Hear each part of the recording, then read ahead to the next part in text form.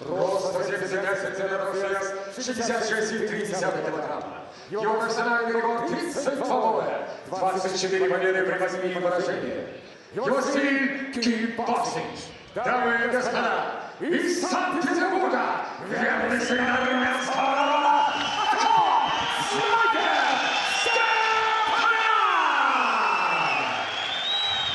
Его соперник красный угол. Бойцу 24 года, рост 172 сантиметра, вес 66,3 килограмма. Его профессиональный рекорд 12 боев, 10 побед, 2 поражения. Его стиль бразильское джиу-джитсу. Из Казахстана встречайте Mukhamed!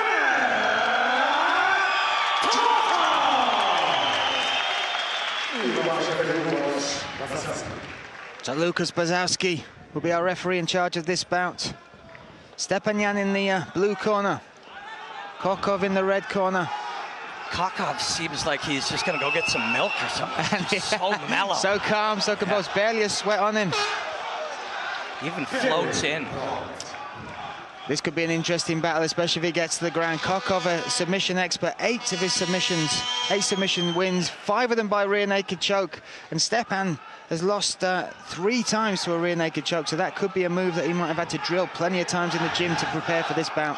Well, his main target would be to just stay in this open field, draw him in and land as Kokov comes in, and that's what he's looking to do. Great control of distance there from Stepanyan. Oh, they exchange stiff jabs. That lightness on the feet is such a powerful thing as a guy can move between that mobility and just bite down a little bit every now and again and land that hook or that kick. Little combination entry there from Kokov as well. A lot of guys used to enter with that overhand. Right now you see the left hook after it. You get a little more distance walking with that left hook. Oh, big body kick, that hurt Kokov as well. He grimaced as that cut straight across his solar plexus. He's got a great game face, but you had to feel that. Those organs do not just enjoy that, and he enters on the single and goes to the back. There we go. Now we'll see exactly the takedown defense. Stepanyan trying to stay against the cage, use that to help him get back up. His feet, you see Kokov being able to take the feet off the mat. And I don't know about you at home, but I can't stand up when my feet are not touching the ground. So Kokov looking to just maintain. You see they're picking that left ankle, and he'll strike here. Kokov looking to get mount perhaps. And you see, anytime the feet are not on the ground, and as you can see here, they haven't touched the ground once, you're not getting back up. Kokov was pressuring him down, and Stepanyan was posting on one arm, but now he is having to accept this guard. You can see the switch from Kokov as well. When he ate that kick across the body, he went straight to plan B, which is, well, technically plan A in his world. Grab that double leg and get it back to the mat. Now he'll look to just diagonally slide that knee. You see that overhook, he surrenders that overhook. Stepanyan was keeping an overhook on the right arm. Now he's got a foot on the ground. Now he's looking to control him. Again, just rips that post hand out and will look to slide that knee through. Or he'll just maintain this position. Again, you see the feet floating. So as long as those feet are floating, he can strike from there. 2 minutes 30 left in this round.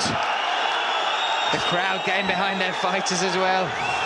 It's such a pinpoint game here with him controlling the ankles or the calves, those feet. I mean, if you see Stepanyan, if he puts them on the hips, at least he can work from there. But out here, he's just in trouble. Threatening with some attacks of his own from the back, but he's a very experienced fighter. Over 30 fights, nearly 40 fights in his record. He's going to have to dig every single ounce of that experience up to survive somebody like Kokov on top of you. And you can see the welt on the body of Kokov there. Yeah, I would shoot on a single too. I mean, that is brutal. There, he's going to go for that knee slide now. And pressure. We saw George St. Pierre cornering in the first fight. This kind of pressure pass was a signature GSP move. Deep breaths. It's so grueling, this as well. There's not huge big action going on, but this is eating all that cardio up in the first round early on. And we talked about mindset. Kokov just having that calmer expression even. He's using so much less to be able to maintain this top, and he'll strike here. Look at, again, that leg, just controlling of that leg. Now we have one right foot and left hand, so we've got 2 posts, and he just drags the leg up, and you're not standing. But now, you see. So Kokov will look to access the back here. He'll ride that right hip. Nope. Instead, he reaches right hand to take out that post arm. Maybe looking to adjust for a guillotine here. But it's around you're winning. You've got 45 seconds left. And yeah, he'll go high elbow. You see the right hand trying to prevent his left high elbow. And he'll go down and grab the hips and rip him to the ground again. And there's a big takedown. Such dominance, and to be thrown around like that when you're a bad man yourself in Stepanyan, it has got to play on you mentally. But you talked about his experience. He has faced these kind of things before. As long as he doesn't take too much damage in these last 20 seconds, you get a reset. Kokov will pass and punch here. No, he will slide and maybe attack an ankle. Maybe drop for that leg lock or ankle lock. Stepanyan gets out, 10 seconds left. So a scenario like that, Stepanyan did very, very well to come out and now get that minute, that ice on him, deep breaths into the lungs, and he'll get to start out in the open field again. Kokov going back to his stool. There's that single, just pressure, then reach the far hip and go to the back. There it is. Awesome stuff. Great technique as well. But wearing the damage from that body kick, and that's what changed the game. It was looking like he was willing to exchange on the feet early on in that round. And then when he took that body kick straight for the single leg, and then we got this, what we're looking at now, dominance from on top. We have seen the body attacked a lot here tonight already. Deep breaths now. Sometimes that rib just touches any of those organs inside. Your diaphragm empties, and it's hard to even stay standing, as we've seen. Kokov did a great job after he took that instep into the rib to come in and drive it and take that to the mat and own that round. So we are set here for round number 2.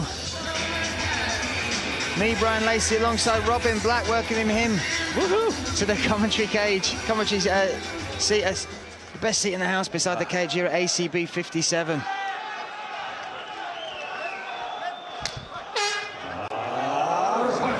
They touched him up. Stepanyan in the blue corner, Kokov in the red. Stepanyan will be exerting a lot of focus on defending any kind of takedown or entry, and that'll give Kokov a chance to throw, and he goes knee. That's a huge knee, but Kokov goes straight through it, and Stepanyan is back. Sometimes trying to hit a home run, you strike out. And, you know, the game for Stepanyan doesn't have to be one-shot knockout here. He can move around, frustrate Kokov a little bit, crop dust him from the outside, but instead he went home run, and he's on his back again, and we're barely 30 seconds in. I know this is a place he would have wanted to avoid. But that high-risk move, with that high risk, can come high reward, but also you are in danger of ending up exactly like this. Kokov looking to control on the back now as well. There's good work to take that, but he can lock up that left arm now. If Kokov just triangles his leg, he will lock up that left arm. He might be under the chin here as well. Look at this. I said about the rear naked choke. He's got 5 on his record already. Will he add number 6? He may take guard. No. Wow. Stepanyan. Oh. Stepanyan lands a crisp one coming in, but he goes back down. Killer fights tonight, just spectacular. Back and forth action here at ACB. And these featherweights really putting on a show. Now he will just look to rip that arm away, and you can go straight armbar there. That might, yeah, Stepanyan aware of it. You see the exertion Stepanyan's had to do to survive, not just the rear naked choke, but having this man on top of you, that's taken out of his gas tank. And he spent 7 minutes defending passes, but now he's had to accept that he's on the bottom in half guard. And I won't be surprised to see Kokov advance even further, although he gets shin in, and that's a gain. You see that left shin there on the hip. But still, we know he's not fighting to get back to his feet because the feet are not on the ground. Kokov so efficient with his movement. Picks where he wants to go, gets to step A, then moves to step B, and total control throughout of it. Those decisions that he's making. Watch how low the four corners of his torso. No, he goes knee on belly instead, which causes Stepanyan to roll and just, oh, this is going to start really fatiguing Stepanyan here. Crowd getting behind Kokov here. The arena filling up. Great to see such a good turnout for ACB 57. Stepanyan's default choice is to roll here. Yes, and he does. And you see how far back on the pelvis Kokov is. But he gets back to his feet, but not for long, I don't think. Yes. Gets away. 2 minutes left, and he turned his side kick there. But again, Kokov just storms in. It was a home run shot again, followed by another home run shot, but he's going to end up, I believe, with Kokov popping his head out here. We'll see. Look at him putting the effort in there. That's going to fatigue him. You see ear. When you see ear, you can see artery. And the crowd cheer as Kokov's head pops out of that guillotine attempt. Now he immediately goes knee again, and he's going to knee slide or pressure, and he pressures. Stepanyan's corner urging him on.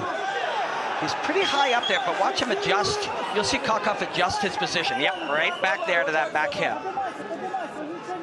You've got to question the choice of Stepanyan to try and throw a fancy flamboyant kick like that when it took him so much. He feels like he's compelled to do it. He feels like any second he'll end up back here, but it's almost he makes it a self-fulfilling prophecy by trying to hit the ball so hard. You know, flying knee, spinning back kick. You don't need to knock him out. You need to go back to establishing the plan, staying out in the open field, and performing a little retinal jab surgery on him. But he feels like he needs to hit a home run, and as a result, he ends up here. But good work here. Now he gets away, but Kokov, like glue, chases him down. Almost a rugby-style tackle there. The wrestling here in Russia, ACB, I mean, these fighters are they have such good spatial awareness and understanding of where their body is in space. And they've been wrestling since they were 1, 2 years old, literally tiny little children. You can see it. Just 20 seconds left here in the second round. A dominant display from Kokov. And remember, after round 1, we said, well, Stepanyan didn't do too bad. He didn't take a lot of abuse. And that's true here, too. But that fatigue, his muscles are going to feel it. His lungs are going to feel it. And it's harder again. I'm sure his corner will tell him, you know, you don't need to hit it right away. You can just get back to the game, stay in the open field, and try to frustrate Kokov if you can. Absolutely. You can see the fatigue just in the amount of time it took Stepanyan to get up off his back there. His corner's got a lot of work to do to psychologically get him back in this fight, because we see it with other fighters when somebody like Mukhamed controls somebody, the look in their eyes when they've never been in that position before, controlled that well. But I think Stepanyan, those decisions that he's making for the strikes when he gets back to his feet, fundamentals, use that jab, get the kick, keep the space. Otherwise, you'll end up here very quickly. You cannot do that for round 3 if he wants to take a victory here. You're absolutely right. I mean, but it's almost, like I said, it's a bit of a self-fulfilling prophecy. You feel like you might get taken down soon, so you try to hit the big one, and then you get taken down soon. He can win this round and change his fight with a jab and a low kick and moving his feet. And I think that's what his corner will be telling him. So we are set here for round number 3. ACB 57 here in Moscow. Akop Stepanyan, the sniper, will need to do something massive here to change the momentum of this fight up against Mukhamed Kokov. And that massive event can happen by him just slowly putting pieces into play here. And you see it as he's inviting, doesn't want his back on the cage. And Kokov drives right in front of us for this takedown. And that's great knowledge as well, getting him away from the cage, using a turn to put him on his back so that cage cannot assist Stepanyan back to his feet. But the way he's crowding that thigh, you can take a dominant spot there. Stepanyan pulls his leg back up, and then he just moves to the side. Look at this, trying to lock up. And he'll try to step over, and pull elbow to sternum here. Yes. There we go. Oh, Stepanyan. The human body is not meant to go that way. He'll get this. Stepanyan fighting that. Oh my goodness, this is so deep. He's tapped. Yep. He is tapped. What a finish from Mukhamed Kokov. Stepanyan was not given an inch, and Kokov is calling for the belt. He looks at the ACB brass there and makes that signal. That's what he wants. That's the statement he wanted to make. And with a performance like that, a finish against a tough opponent like Stepanyan. Sometimes the beauty lies in how it's all put together. You know, he had to piece by piece break down Stepanyan physically, because mentally he's such a good fighter, you were not going to be able to destabilize him mentally.